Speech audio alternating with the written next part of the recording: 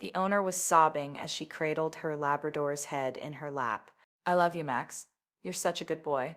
Such a good boy. Max, a 14-year-old yellow lab with graying around his muzzle, looked up at his owner with trusting brown eyes. His tail gave a weak wag. Dr. Mitchell stood beside me with a syringe. Mrs. Patterson, I know this is difficult, but it's the most humane choice. Max is suffering. His quality of life has declined significantly. This is the kindest thing you can do for him. Mrs. Patterson nodded through tears. I know. I can't believe he's really gone. He's been with me since he was a puppy, 14 years. He's had a wonderful life with you, Dr. Mitchell said in that smooth, sympathetic voice he always used. You're giving him a peaceful ending. That's a gift. I handed Dr. Mitchell the sedative. He administered it. Max's eyes grew heavy. His breathing slowed. Mrs. Patterson stroked his head, whispering goodbye. Then Dr. Mitchell administered the pentobarbital. Within 60 seconds, Max was gone.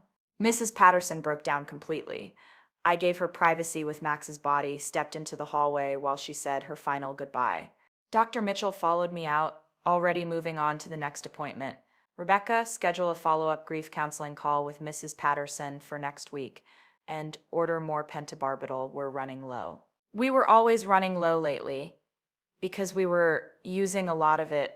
After Mrs. Patterson left, Max's body, wrapped in his favorite blanket, headed to the crematorium.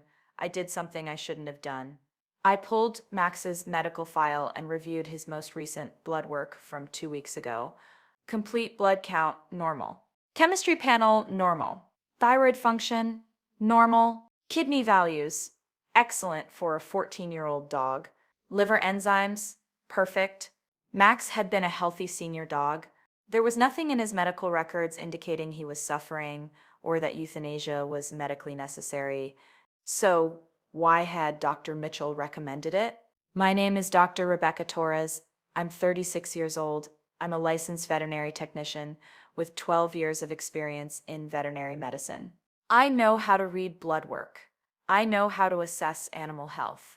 I know when euthanasia is appropriate, when an animal is suffering from terminal illness, untreatable pain, or severe quality of life decline. Max didn't fit any of those criteria. But let me back up. Let me start from the beginning.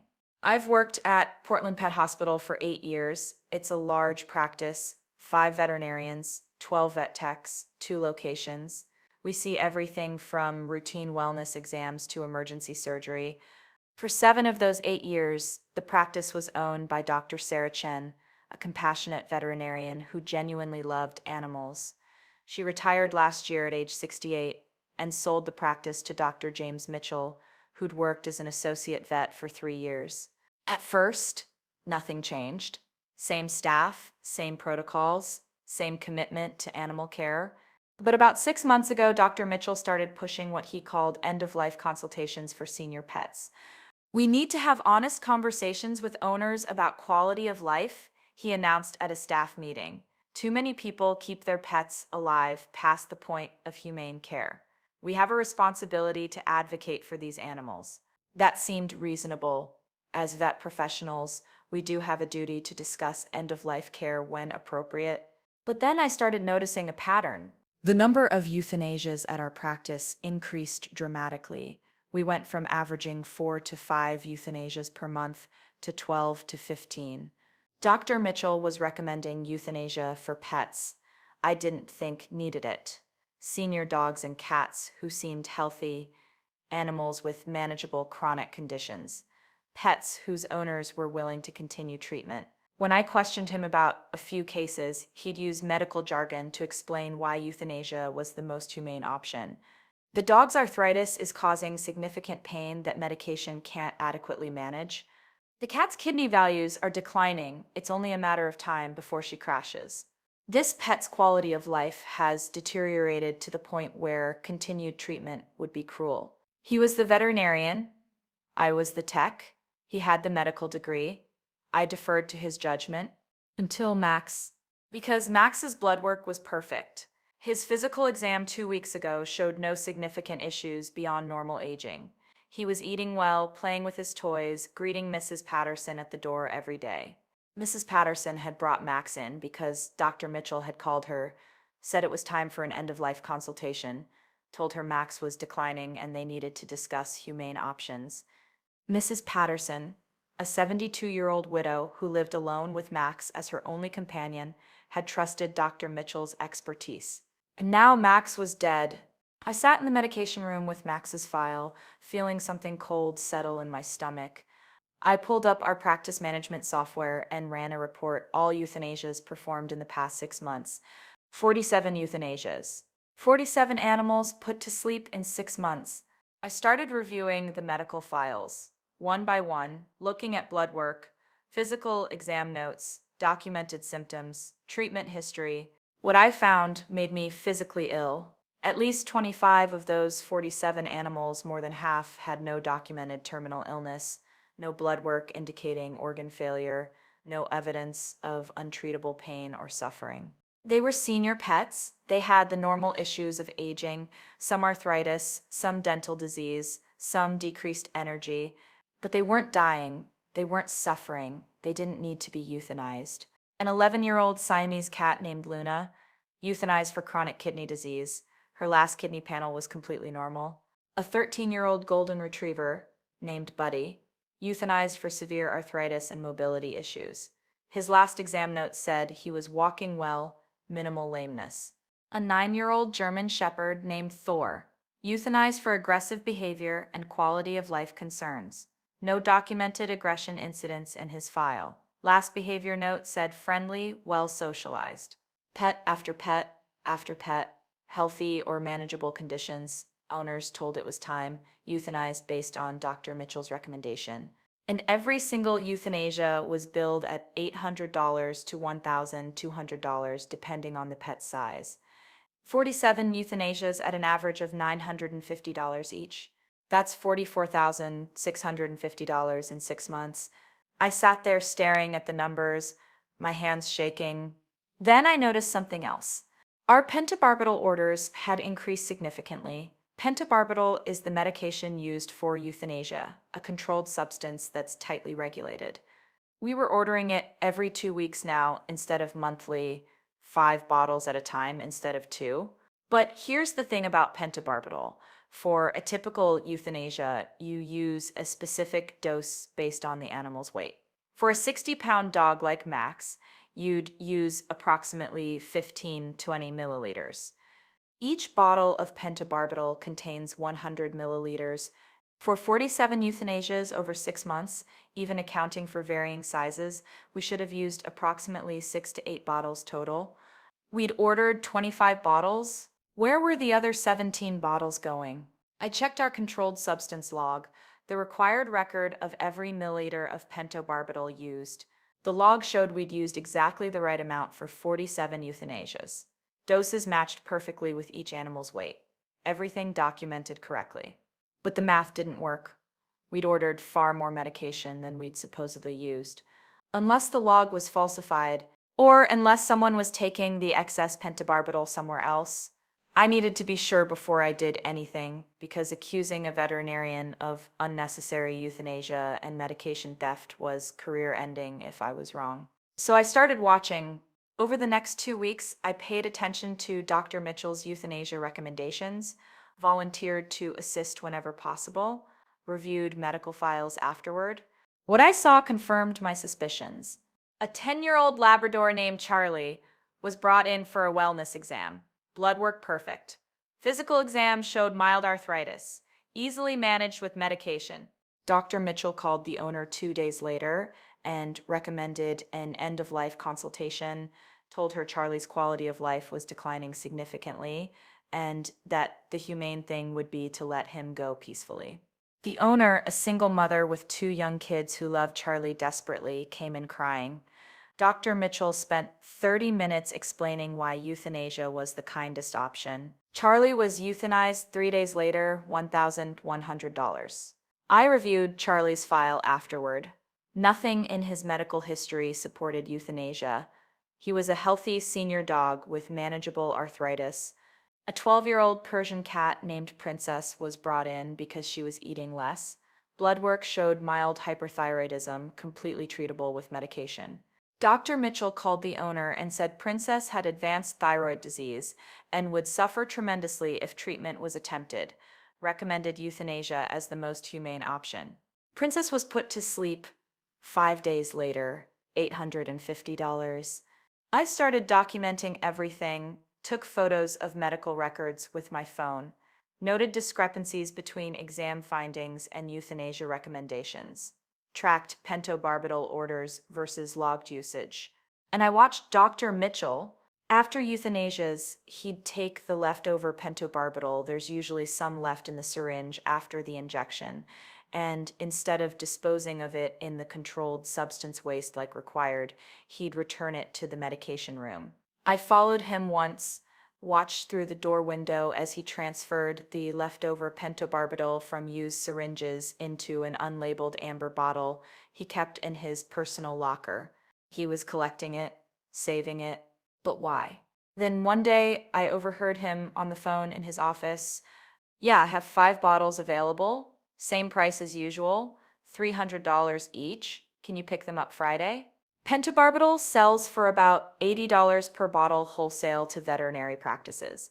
But on the secondary market to other vets who want to avoid bulk ordering and DEA paperwork, it goes for $250 to $400 per bottle. Dr. Mitchell was selling our excess pentobarbital to other veterinarians for profit. That's when all the pieces fell into place. Dr. Mitchell was recommending euthanasia to healthy or manageable senior pets, charging owners $800, $1,200 per procedure, using the exact amount of pentobarbital required for each euthanasia documented in the log, but then collecting leftover medication from syringes, accumulating it in unlabeled bottles, and selling it to other vets for $300 per bottle. The extra pentobarbital orders weren't actually being used for euthanasias, they were inventory for his side business. He was killing healthy animals for 2 revenue streams: euthanasia fees from grieving owners and black market medication sales to other veterinarians. I felt sick. These were people's beloved pets, family members, animals who trusted us to care for them. And Dr. Mitchell was recommending they be killed, not because they needed it, not because they were suffering, but because it was profitable. Max, Charlie, Princess, Luna, Buddy, Thor, 47 animals in 6 months. At least 25 of them healthy enough to have months or years of good life left. Killed for money. I knew I had to report this, but I also knew I needed ironclad evidence. Dr. Mitchell was the practice owner. If I accused him without proof, I'd be fired and blackballed in the veterinary community. So I kept documenting, kept watching, built my case the way I'd learned in my vet tech training, systematically, thoroughly, with evidence that couldn't be disputed. 3 weeks later, I had everything I needed: medical records showing healthy pets euthanized unnecessarily, photos of blood work proving animals weren't terminal, documentation of pentobarbital orders versus usage, photos of Dr. Mitchell transferring medication to unlabeled bottles, recording of his phone call, arranging sales. I also did something else. I reached out to other vet techs I knew in the Portland area through our professional association, asked if they'd noticed anything unusual about pentobarbital availability. 2 of them responded their practices had been buying pentobarbital from an independent supplier who offered it cheaper than regular distributors. They gave me the supplier's contact info. It was Dr. Mitchell's personal cell phone number. He wasn't just selling to 1 or 2 vets. He had a whole network of buyers across Portland, had been doing this for months, maybe longer. I compiled everything into a comprehensive report: medical records, photos, documented inconsistencies, controlled substance irregularities, evidence of unauthorized sales. Then I contacted the Oregon Veterinary Medical Board and the DEA, because selling controlled substances without proper authorization is a federal crime. The investigator from the Veterinary Medical Board, a licensed vet named Dr. Patricia Walsh, called me 2 days later. Miss Torres, I've reviewed your report. These are serious allegations. If true, this represents gross negligence, fraud, and potential animal cruelty. Are you certain about this evidence? I'm certain. I have medical files showing healthy animals euthanized unnecessarily. I have controlled substance logs that don't match actual usage. I have photos and recordings of Dr. Mitchell conducting unauthorized sales of pentobarbital. You understand that making false accusations against a veterinarian can result in you losing your veterinary technician license. I understand. I'm not making false accusations. I'm reporting documented crimes against animals and their owners. A pause. Miss Torres, I need to ask, why are you doing this? Dr. Mitchell is your employer.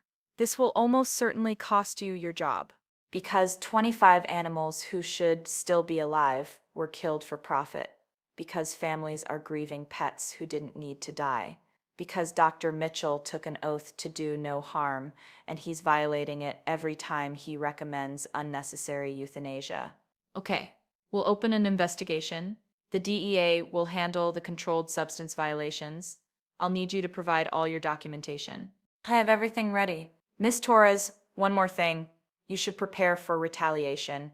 Dr. Mitchell will likely fire you once he learns of the investigation. You may want to consult an employment attorney about whistleblower protections. I understand. After I hung up, I sat in my car in the parking lot of Portland Pet Hospital and cried. For Max, who'd been a healthy dog taken from his owner too soon. For Mrs. Patterson, who'd trusted Dr. Mitchell's recommendation and would now have to live with the knowledge that her beloved companion hadn't needed to die. For all the other families who'd said goodbye to healthy pets because a veterinarian they trusted had prioritized profit over animal welfare.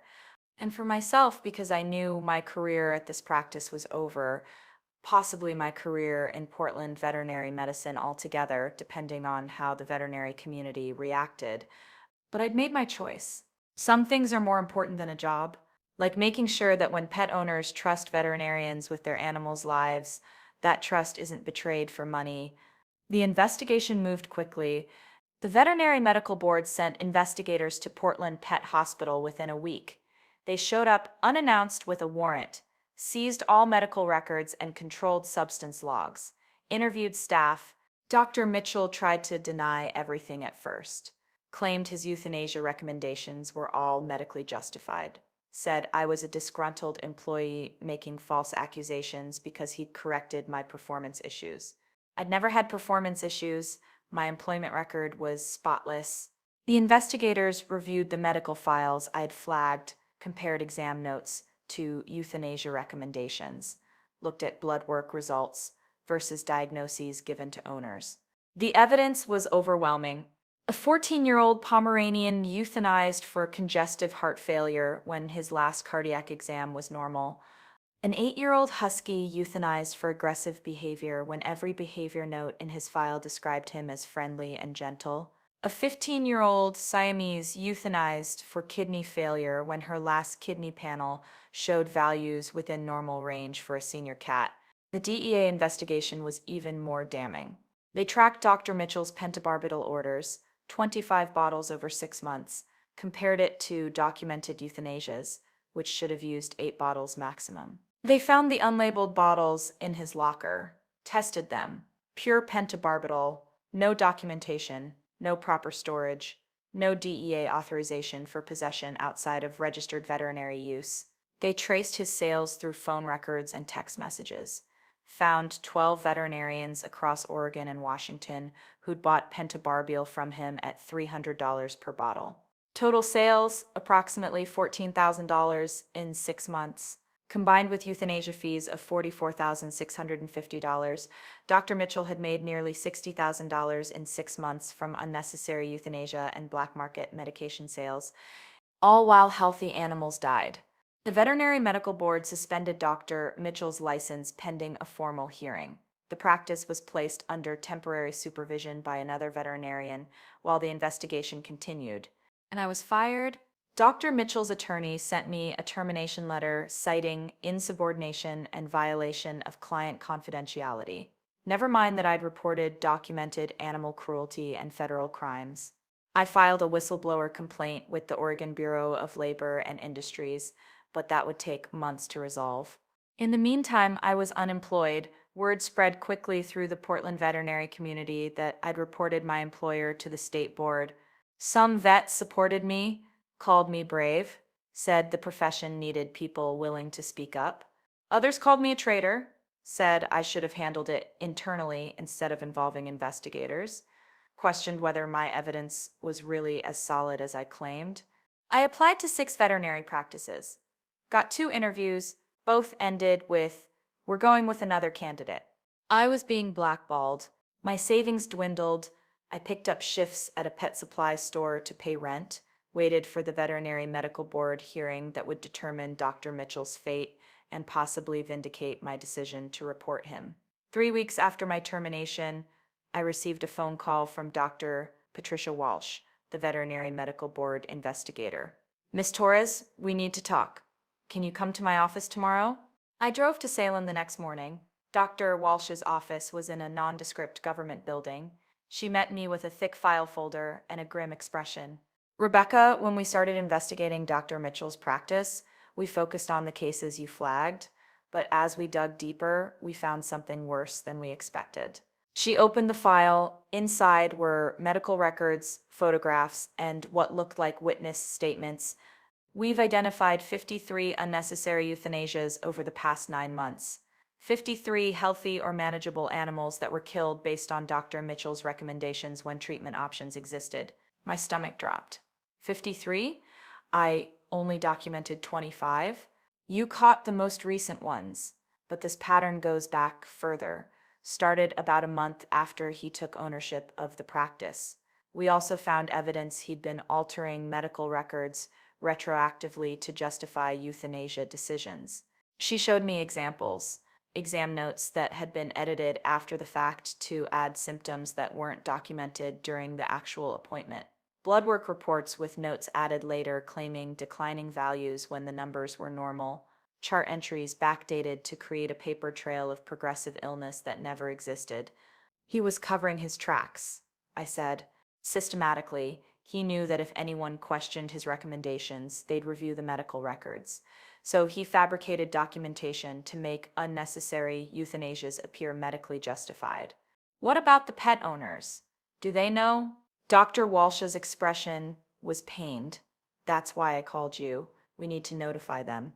53 families who trusted Dr. Mitchell, who said goodbye to their pets, believing it was necessary. They deserve to know the truth." "How are you going to tell them?" "We're required to send official notification letters, but Rebecca, many of these people are going to have questions. They're going to be devastated. Some will want details. We're going to need someone who can explain the medical evidence in terms they can understand." "You want me to talk to them?" "Only if you're willing. I know this is difficult, but you're a licensed vet tech who understands both the medical side and the emotional side. You cared enough about these animals to risk your career reporting this. These families need someone like you."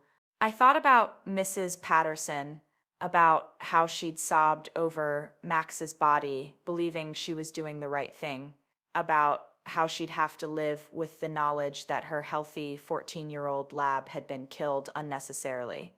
"I'll do it," I said. The first notification letters went out 2 weeks later. My phone started ringing almost immediately. The first call was from a woman named Jennifer Martinez. "Is this Rebecca Torres, the vet tech who reported Dr. Mitchell?" "Yes. My name is Jennifer Martinez. I just got a letter from the veterinary medical board. They said my cat Luna was euthanized unnecessarily. They said Dr. Mitchell recommended it even though she wasn't terminal. Is that true?" I pulled up Luna's file that Dr. Walsh had sent me. 11-year-old Siamese euthanized 6 months ago for chronic kidney disease. "Miss Martinez, I reviewed Luna's medical records. Her last kidney panel showed values within normal range for a senior cat. There's no documentation of kidney failure. Dr. Mitchell told you she had advanced kidney disease. He said her kidneys were failing, that she'd suffer if we tried treatment, that the humane thing was to let her go peacefully." Her voice broke. I trusted him. I thought I was doing the right thing for Luna. "You were trusting a veterinarian who was supposed to have your cat's best interests at heart. This isn't your fault." "But Luna could still be alive?" I had to tell her the truth, based on her medical records. Yes, she had normal kidney function. She could have had months or years of healthy life left. Jennifer Martinez started crying, deep, wrenching sobs. "I killed my cat. Oh God, I killed her. She trusted me, and I killed her. Miss Martinez, you didn't kill Luna. Dr. Mitchell did. He lied to you. He manipulated you into making a decision based on false medical information. That's on him, not you. But nothing I said could ease her grief. She'd said goodbye to her beloved cat, believing it was necessary. Now she had to live with the knowledge that Luna had been healthy and her death had been completely preventable. That phone call was one of 37 I received over the next 2 weeks. 37 families, 37 stories of pets who'd been healthy and are now gone. A couple named David and Susan Chen, whose 13-year-old golden retriever Buddy was euthanized for severe arthritis and mobility issues. Buddy's last exam notes said he was walking well, minimal lameness, good quality of life. Mitchell had called them and said Buddy was suffering tremendously and that pain medication wasn't enough. They'd euthanized him 3 days later. Now they learned Buddy could have had years of life left with basic arthritis management. A single father named Marcus Johnson, whose 9-year-old German Shepherd Thor was euthanized for aggressive behavior and quality of life concerns. Thor's file had 0 documented aggression incidents. Every behavior note described him as friendly, well-socialized, good with children. Dr. Mitchell had told Marcus that Thor was becoming unpredictably aggressive and posed a danger to Marcus's 2 young daughters. Marcus had Thor euthanized to protect his kids. Now he learned Thor had never shown any signs of aggression. An elderly woman named Patricia Sullivan, whose 15-year-old Pomeranian Bella was euthanized for congestive heart failure. Bella's last cardiac exam was completely normal. Dr. Mitchell had told Patricia that Bella's heart was failing and she'd die a painful death if they didn't euthanize now. Patricia, on a fixed income, unable to afford extensive treatment, had agreed. Now she learned Bella's heart was fine. Every phone call was devastating. Every family was grieving anew, not just for the loss of their pet, but for the betrayal, for the knowledge that they'd been manipulated into ending their companion's life unnecessarily. Some of them were angry at Dr. Mitchell, at themselves, at me for bringing this to light. I didn't want to know this. One man shouted into the phone. I was dealing with my grief. I'd accepted it. Now you're telling me my dog died for nothing? How is that supposed to help? Others were grateful. Thank you for speaking up, they said. Thank you for caring enough to investigate. Thank you for making sure this doesn't happen to other families. But all of them were in pain. And I carried that pain with me. Every phone call, every story, every family photo they sent me of their healthy, happy pet taken weeks before Dr. Mitchell recommended euthanasia. I started having nightmares, dreaming about animals being killed while I stood by, unable to stop it, waking up at 3 a.m., replaying conversations with grieving pet owners. My therapist, yes, I'd started seeing one, said I was experiencing secondary traumatic stress, that hearing these stories, carrying these families' grief was taking a psychological toll. You need to set boundaries, she said.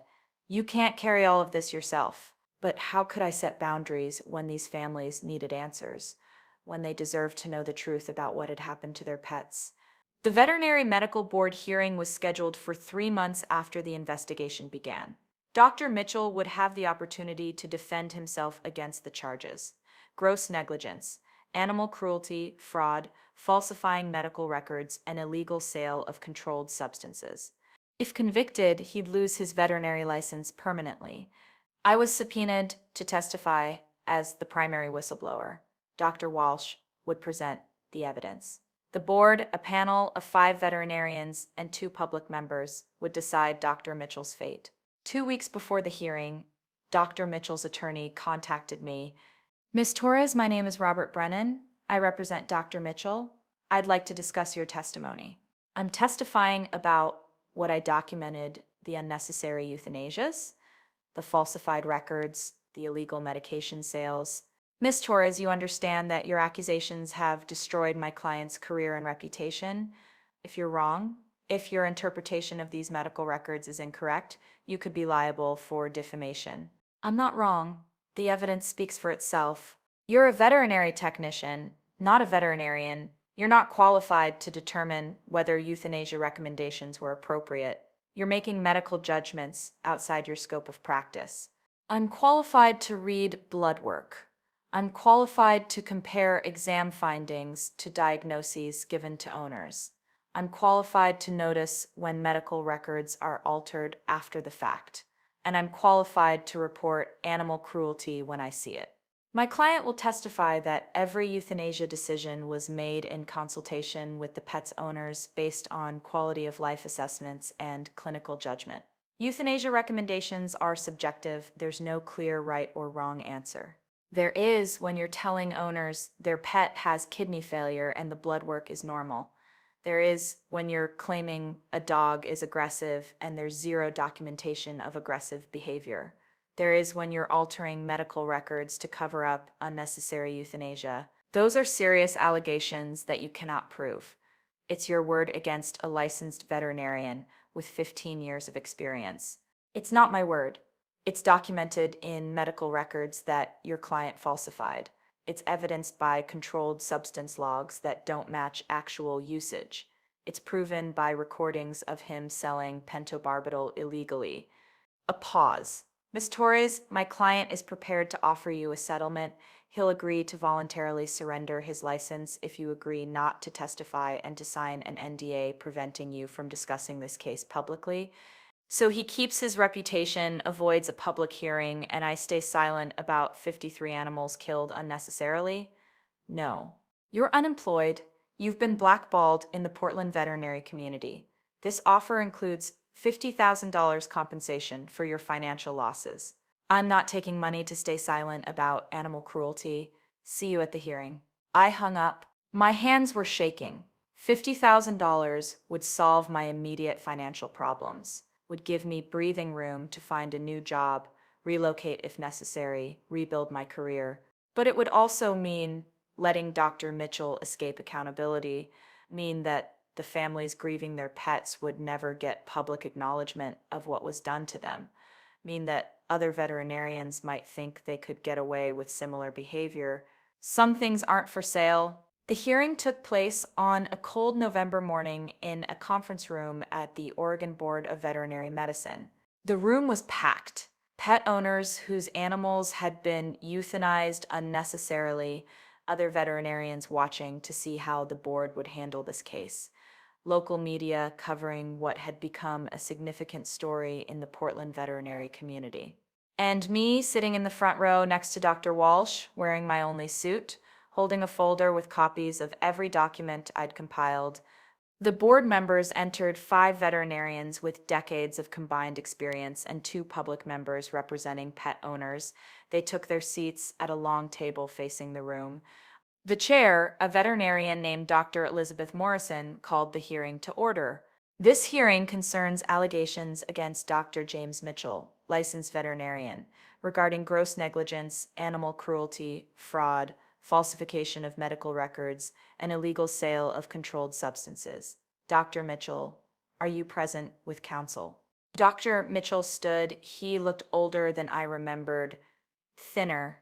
His expensive suit couldn't hide the fact that he'd aged significantly in 3 months. Yes, Your Honor, I'm here with my attorney, Robert Brennan. The board will hear evidence from the Oregon Veterinary Medical Board investigation. Then Dr. Mitchell will have the opportunity to present his defense.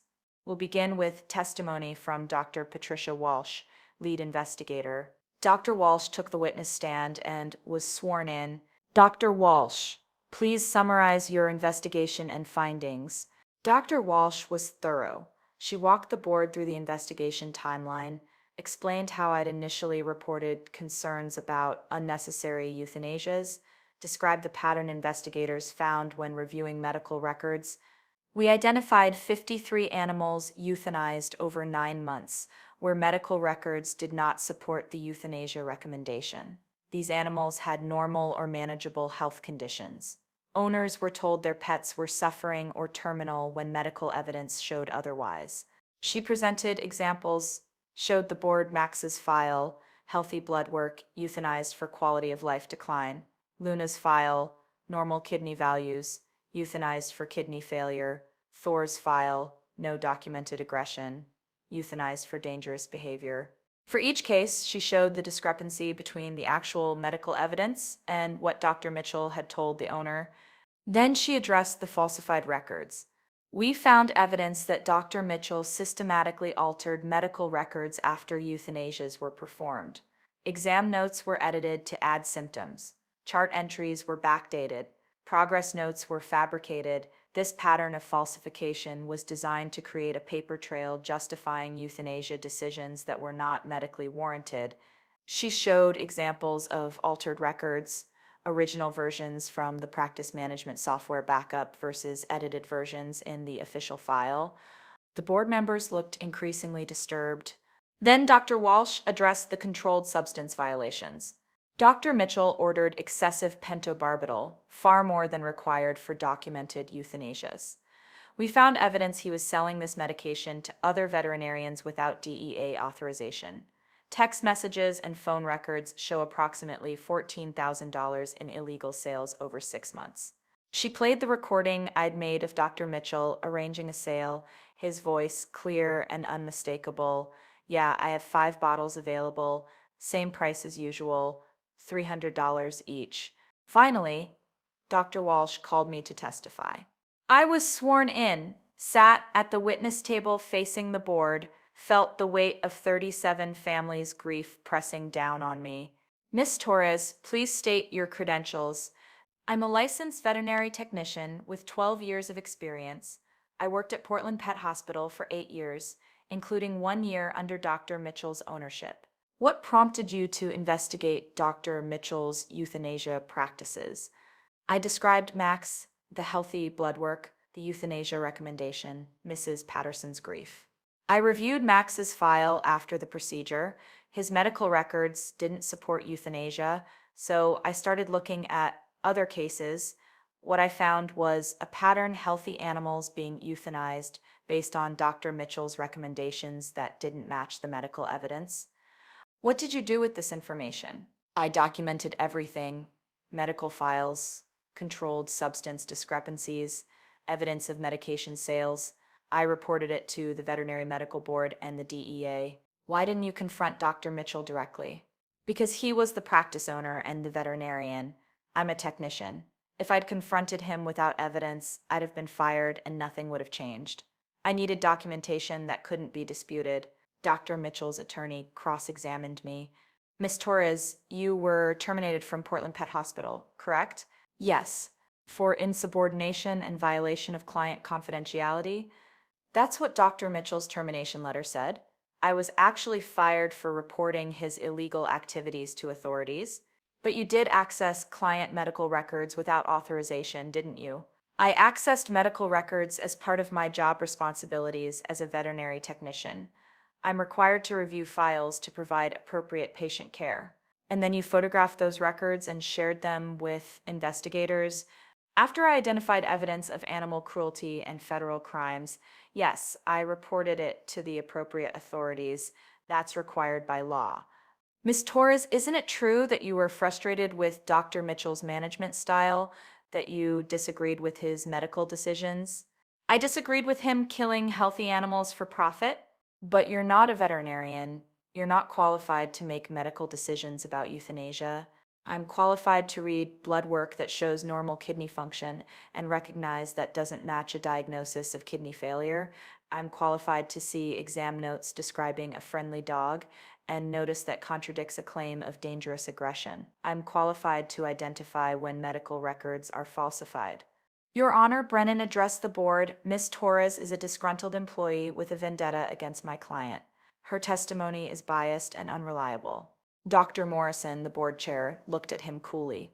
Mr. Brennan, Ms. Torres's testimony is corroborated by medical records, controlled substance logs, and recordings. Her motivation for reporting is irrelevant if the evidence supports her claims. Continue your cross-examination, or we'll move on. Brennan tried a few more questions, but couldn't shake my testimony. The evidence was too strong. Then the board called pet owners to testify. Jennifer Martinez went first. She approached the microphone with trembling hands. My name is Jennifer Martinez. Dr. Mitchell euthanized my 11-year-old cat Luna 6 months ago. He told me she had kidney failure, that she'd suffer if we tried treatment. I trusted him. I said goodbye to my cat thinking I was doing the right thing. Her voice broke.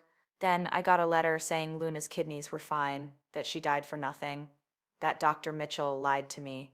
She looked directly at Dr. Mitchell. You took my cat from me. You made me believe I was being kind when I was actually ending her life unnecessarily. I will never forgive you for that. Other pet owners followed, one after another, telling their stories, showing photos of their healthy, happy pets taken weeks before Dr. Mitchell recommended euthanasia. Marcus Johnson described Thor, the gentle German shepherd euthanized for aggression that never existed. My daughters loved that dog. They cried for weeks after he died. Now I have to tell them Thor didn't need to die, that a veterinarian lied to me about their best friend being dangerous. Patricia Sullivan, the elderly woman whose Pomeranian Bella was euthanized for heart failure, was barely audible through her tears. Bella was all I had after my husband died. She was healthy. She could have been with me for years. Dr. Mitchell took her from me for money. David and Susan Chen talked about Buddy, their golden retriever. We trusted Dr. Mitchell. We believed him when he said Buddy was suffering. We held our dog while he died, thinking we were doing the right thing. Now we know Buddy was fine, that we could have had more years with him. By the time the 12th pet owner finished testifying, several board members were visibly emotional. One of the public members, a woman in her 60s, was wiping away tears. Then it was Dr. Mitchell's turn to present his defense. He took the stand. His attorney walked him through his credentials: 15 years as a veterinarian, 3 years at Portland Pet Hospital before buying the practice. Excellent reviews from clients. Dr. Mitchell, how do you respond to allegations that you recommended unnecessary euthanasia? Every euthanasia decision I made was based on clinical judgment and quality of life assessment. Euthanasia recommendations are never easy. They involve subjective evaluations of an animal's suffering and prognosis. Reasonable veterinarians can disagree about when euthanasia is appropriate. What about the medical records showing healthy animals? A snapshot of blood work doesn't tell the whole story. You have to consider the animal's overall condition, the owner's ability to provide care, the realistic prognosis. Many of these owners couldn't afford extensive treatment. Euthanasia was the most humane option given the circumstances. What about allegations that you altered medical records? I updated patient records to reflect my complete clinical assessment. That's standard practice. Sometimes during an exam, you don't document everything immediately. You add notes later to ensure the record is complete. In the controlled substance violations, I don't know what Miss Torres is referring to. All pentobarbital use was properly documented in our controlled substance log. His answers were smooth, practiced, designed to sound reasonable. Then the board's attorney cross-examined him. Dr. Mitchell, you claim these euthanasia decisions were based on clinical judgment. Why did you tell Mrs. Martinez her cat had kidney failure when the blood work was normal? I said her cat had chronic kidney disease based on her age and symptoms. The medical record shows no symptoms of kidney disease, normal kidney values, normal urinalysis. Where's the evidence of kidney disease? It's a clinical diagnosis based on my examination and examination where you noted patient appears healthy, good body condition, normal hydrations. Dr. Mitchell hesitated. Chronic kidney disease can be subtle. Dr. Mitchell, did Luna have kidney disease or not? In my professional judgment, yes. Based on what medical evidence? Based on my clinical assessment. An assessment you didn't document until after the euthanasia when you added notes to the record claiming symptoms that weren't mentioned during the actual exam. Silence. Dr. Mitchell, why did you tell Mr. Johnson his dog Thor was aggressive when there are 0 documented aggression incidents in Thor's file? Thor was showing early signs of aggressive behavior, such as growling, resource guarding, territorial behavior. Where's that documented? It was discussed during the consultation. The consultation where you noted friendly, well-socialized, good with children? That consultation? More silence. Dr. Mitchell, we have evidence you altered medical records for at least 30 patients after euthanasia to add symptoms and diagnoses that weren't documented during actual exams. How do you explain that? I was ensuring records were complete. You were fabricating medical justification for euthanasias that weren't medically necessary. Yes or no? I was documenting my clinical judgment. Yes or no, Dr. Mitchell? Did you alter medical records after euthanasia to create false documentation of terminal illness? Dr. Mitchell looked at his attorney, looked at the board, looked at the pet owners staring at him with grief and anger. I may have added clarifying notes. You fabricated symptoms. You backdated entries. You created a false medical narrative to justify killing healthy animals. Isn't that the truth? I made difficult decisions based on what I believed was best for your bank account. $44,650 in euthanasia fees over 6 months, plus $14,000 from illegal medication sales. That's what this was about, wasn't it? No, I'm a veterinarian. I care about animals. You killed 53 animals who didn't need to die. You lied to their owners. You falsified medical records. You sold controlled substances illegally. That's not caring about animals. That's using them for profit. Dr. Mitchell's composure finally cracked. You don't understand the pressure of running a practice. The overhead, the debt, the competition from corporate clinics. I had to keep revenue up. He stopped, realized what he'd just admitted. You had to keep revenue up, the attorney repeated. So you recommended unnecessary euthanasia to generate income. That's not what I meant. No further questions. The board deliberated for 2 hours. When they returned, Dr. Morrison's face was granite. The board has reviewed the evidence presented today. We find that Dr. James Mitchell committed gross negligence in the care of 53 animals. He recommended euthanasia for patients who did not have terminal conditions. He provided false medical information to pet owners. He falsified medical records to cover up his actions, and he illegally sold controlled substances. She looked directly at Dr. Mitchell. Dr. Mitchell, these actions represent the most serious violations of veterinary ethics this board has encountered. You betrayed the trust placed in you by pet owners. You violated your oath to do no harm. You treated animals as commodities rather than patients deserving of care. The board's decision is as follows. Your veterinary license is permanently revoked, effective immediately. You are banned from practicing veterinary medicine in Oregon or any state with reciprocal licensing agreements. You are ordered to pay restitution to affected pet owners, and we are referring your case to law enforcement for criminal prosecution. Dr. Mitchell's face went white.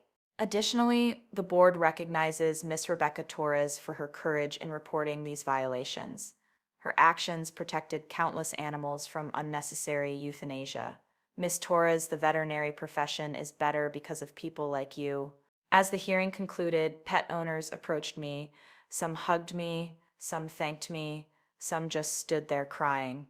Mrs. Patterson, Max's owner, held both my hands. Thank you, she whispered. Thank you for making sure he didn't die in vain. Thank you for caring. I hugged her while she cried into my shoulder. Outside the hearing room, reporters swarmed. Questions shouted from all directions. I gave one statement. Today, justice was served for 53 animals who deserved better. I hope this sends a message that the veterinary profession will hold its members accountable when they betray the trust placed in them. That night, I went home to my small apartment and allowed myself to feel everything I'd been holding in. Relief that the hearing was over, grief for the animals who'd died, anger at Dr. Mitchell, exhaustion from carrying this for months, but also hope. Because the board's decision meant something. It meant the veterinary profession took these violations seriously. It meant pet owners' trust mattered. It meant animals' lives mattered. And it meant that speaking up, even when it cost me my job, my income, my standing in the community, had been worth it. The criminal charges came 3 weeks after the board hearing. The district attorney's office filed multiple felony counts against Dr. Mitchell. Animal cruelty, 53 counts, fraud, falsifying business records, and illegal distribution of controlled substances.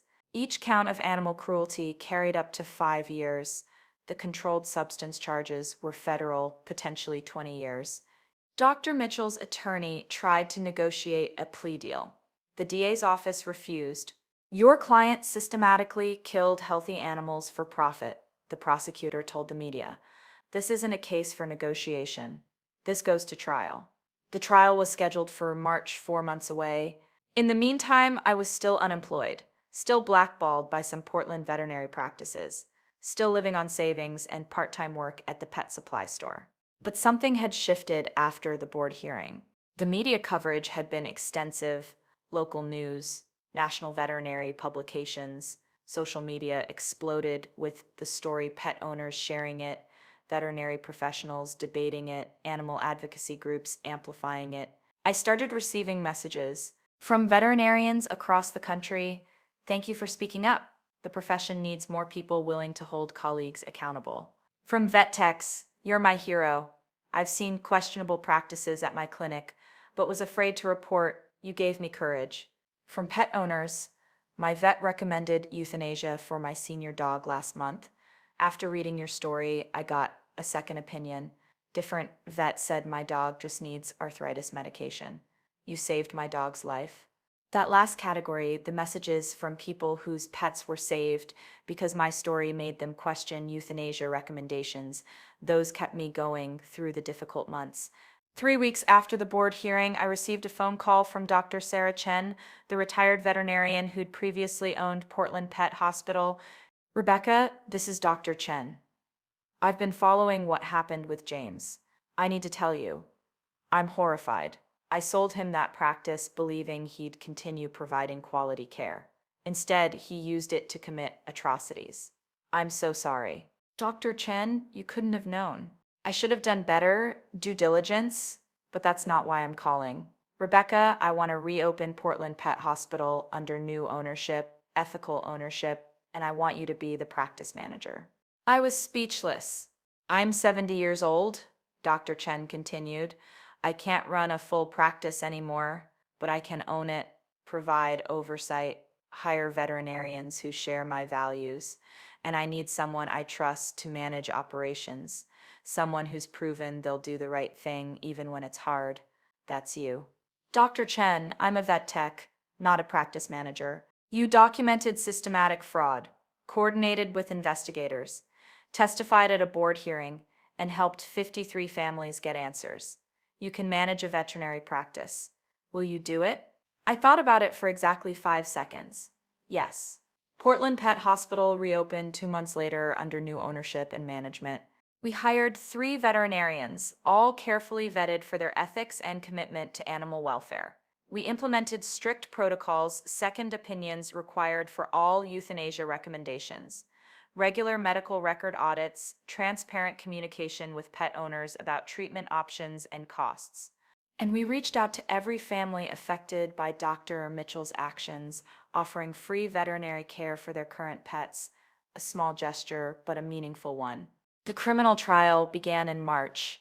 The courtroom was packed with pet owners, veterinary professionals, and media. Dr. Mitchell sat at the defense table looking diminished, no longer the confident practice owner, just a man facing decades in prison. The prosecution presented overwhelming evidence: medical records showing healthy animals euthanized unnecessarily, testimony from Dr. Walsh about falsified documentation, pet owners describing how Dr. Mitchell had manipulated them, my testimony about the controlled substance violations and illegal sales. The defense tried to argue that euthanasia decisions involve subjective judgment, that Dr. Mitchell had acted in good faith based on his clinical assessment. But the prosecution destroyed that argument. If Dr. Mitchell believed these euthanasias were medically justified, why did he alter medical records after the fact? Why did he add symptoms that weren't documented during exams? Why did he backdate entries to create false narratives of declining health? Because he knew these animals didn't need to die. He knew he was lying to their owners, and he fabricated documentation to cover his tracks. The jury deliberated for 6 hours, guilty on all counts. 53 counts of animal cruelty, fraud, falsifying business records, federal controlled substance violations. Dr. Mitchell showed no reaction as the verdicts were read, just sat there, staring at the table. The sentencing hearing was 2 weeks later. Pet owners were allowed to give victim impact statements. 17 people spoke, each one more heartbreaking than the last. Jennifer Martinez talked about Luna. I think about her every day. Wonder if she knew I was killing her. Wonder if she trusted me right up until the end. I'll carry that guilt for the rest of my life. Marcus Johnson described telling his daughters that Thor, their beloved German Shepherd, had been killed unnecessarily. They asked me why a doctor would do that. How do you explain to children that someone they trusted lied about their dog being dangerous? My 8-year-old daughter doesn't trust veterinarians anymore. She thinks they all lie. Patricia Sullivan, the elderly woman whose Pomeranian Bella was killed for invented heart failure, spoke through tears. Bella was my companion after my husband died. She was healthy. She could have been with me through my grief. Instead, Dr. Mitchell took her from me so he could make $900. I'm 83 years old. I don't have time to get another dog. He took my last chance at companionship. After the victims finished, the judge, the Honorable Patricia Martinez, addressed Dr. Mitchell. Dr. Mitchell, you were entrusted with the care of animals and the guidance of their owners. You violated that trust in the most callous way imaginable. You killed healthy animals for profit. You lied to grieving families. You falsified records to cover your crimes. The victims here aren't just the 53 animals you killed, they're the families who trusted you, the children who lost their pets, the elderly people who lost their companions, the veterinary profession whose reputation you damaged. She opened the sentencing order. On 53 counts of animal cruelty, you are sentenced to 3 years per count to run consecutively.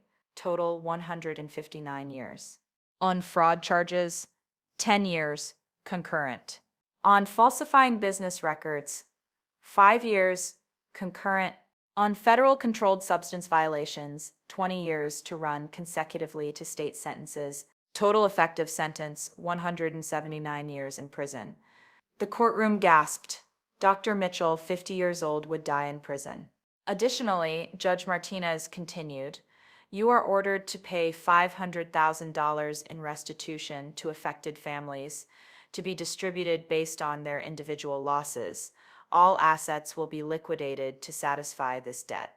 As marshals led Dr. Mitchell away, he looked back at the courtroom one final time. Several pet owners turned away, refused to even look at him. Mrs. Patterson, Max's owner, stared directly at him. I hope you think about what you did every single day in prison. I hope it haunts you. Outside the courthouse, I was surrounded by reporters and pet owners. If this story resonated with you, if you've ever trusted a professional with something precious and had that trust betrayed, if you've ever had to choose between your career and doing what's right, if you've ever wondered whether one person speaking up can make a difference, I hope you'll subscribe to The Quiet Reckoning. This is where we tell stories about standing up to corruption, even when it costs everything, about using professional expertise to expose the truth, about refusing to stay silent when others are being harmed. Hit that subscribe button. Share the story with pet owners who need to know they have the right to question recommendations and get second opinions. Drop a comment telling me if you suspected your vet was recommending unnecessary treatment. Would you trust your instincts and investigate? I read every comment because there are more reckonings coming, and they're just as powerful as this one. 6 months after Dr. Mitchell's sentencing, I did something I'd been planning since the trial ended. I established the Pet Advocacy and Veterinary Ethics Foundation, PAVE Foundation for short. Our mission to educate pet owners about their rights, provide resources for getting second opinions, advocate for stronger veterinary oversight, and support whistleblowers in the veterinary profession. We created an online database where pet owners could report concerns about veterinary care. We partnered with veterinary schools to develop ethics training. We lobbied for legislation requiring documented second opinions before euthanasia in certain circumstances. And we provided grants to vet techs and veterinarians who reported misconduct and faced retaliation, covering legal fees, lost wages, and relocation costs if necessary.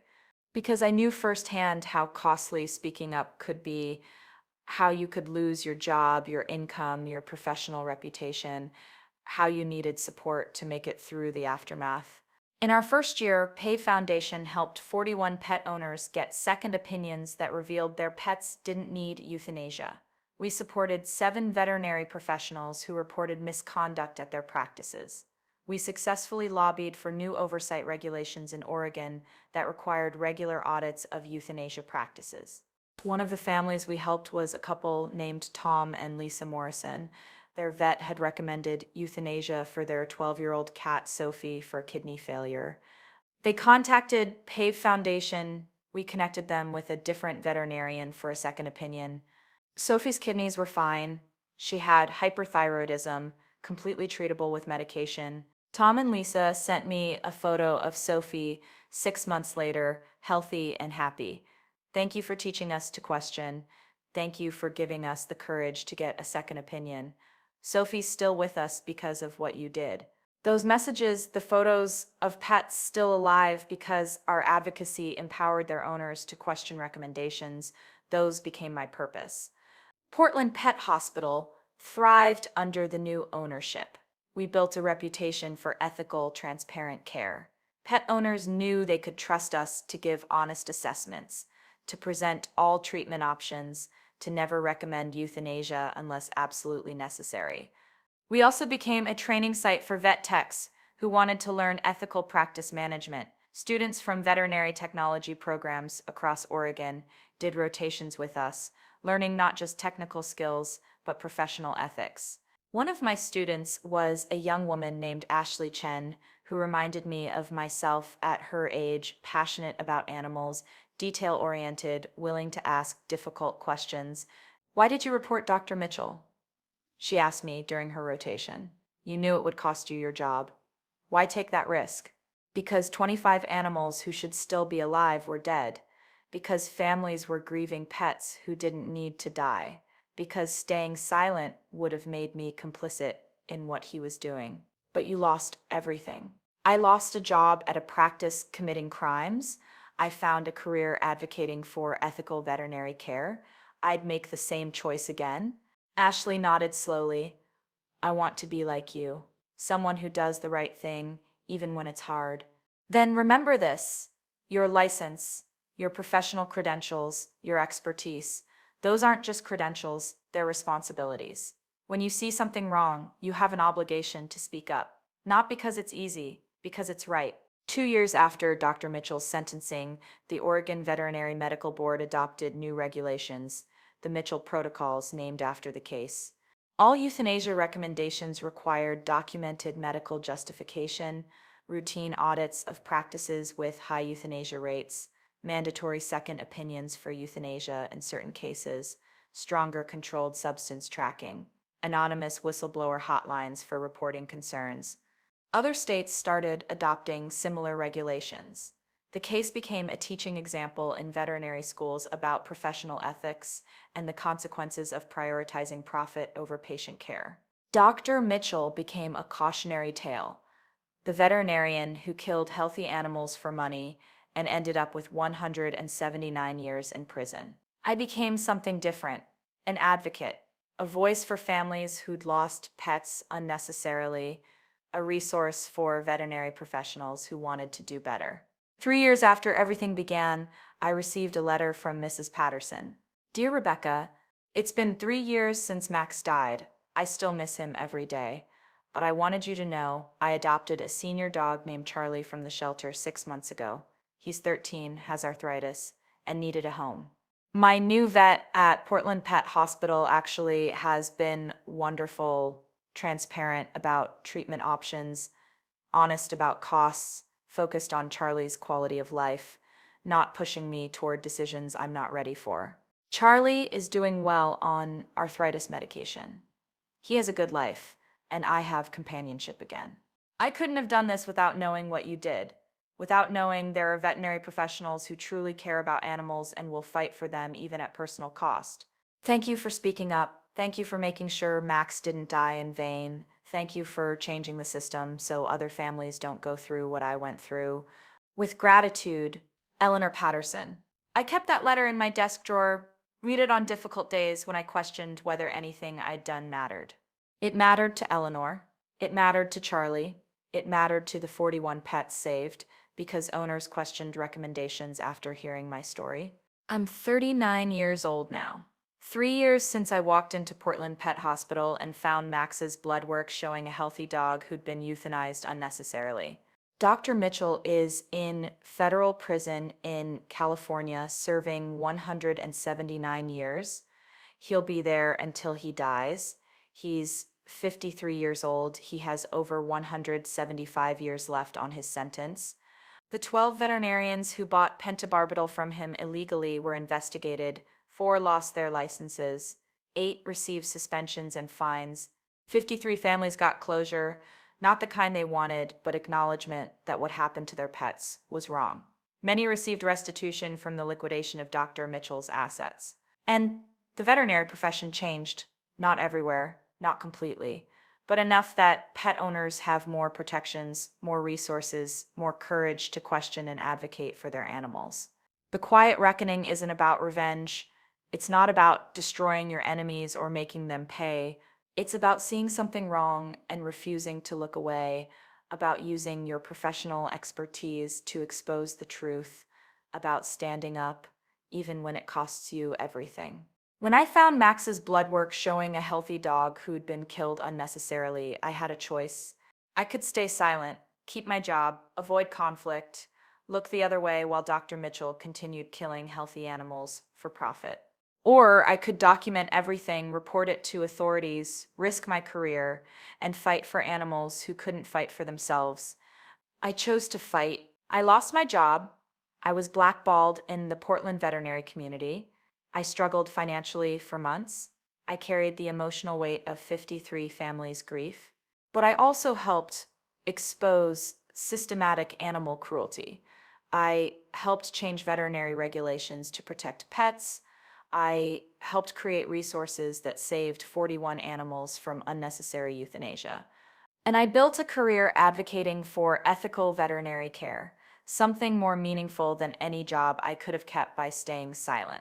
Dr. Mitchell thought he could kill healthy animals for profit and get away with it. He thought a vet tech wouldn't notice the pattern. He thought even if I did notice, I wouldn't dare report him. He was wrong, because I'm a licensed veterinary technician with 12 years of experience. I know how to read blood work. I know how to identify healthy animals versus terminal ones. I know the difference between appropriate euthanasia and killing for profit. And I care more about animals' lives than I care about keeping a job at a practice that commits cruelty. Dr. Mitchell killed 53 healthy animals for approximately $60,000 in profit. He got 179 years in federal prison. The families got answers, restitution, and closure. The veterinary profession got stronger oversight and ethical reforms. And I got to spend the rest of my career making sure what happened to Max, Luna, Charlie, Thor, Buddy, Princess Bella, and 46 other healthy animals never happens again. That's the power of refusing to stay silent, the power of documentation, the power of one person deciding that some things matter more than career security. My name is Dr. Rebecca Torres. I'm a licensed veterinary technician, the practice manager at Portland Pet Hospital, and the founder of PAV Foundation. Dr. Mitchell thought he could commit animal cruelty under my watch. He chose the wrong vet tech.